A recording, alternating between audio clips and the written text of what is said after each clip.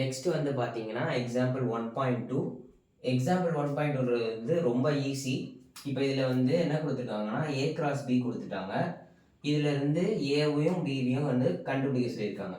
So A cross பினா ஃபர்ஸ்டில் இருக்க elements எல்லாமே வந்து ஏலேருந்து வந்திருக்கும், செகண்டில் இருக்க எலமெண்ட்ஸ்லாம் வந்து பிலேருந்து வந்திருக்கும். ஸோ இதை வச்சே நம்ம வந்து ஏபி எடுத்துடலாம். ஸோ இங்கே வந்து 3 3 3 5 5 இருக்குல்ல. ஸோ நம்ம வந்து பேசிக்காக ஒரு செட்டுன்னு எடுத்துக்கிட்டோம்னா அதில் வந்து ரிப்பீட்டட் எலமெண்ட்ஸ் இருக்காது.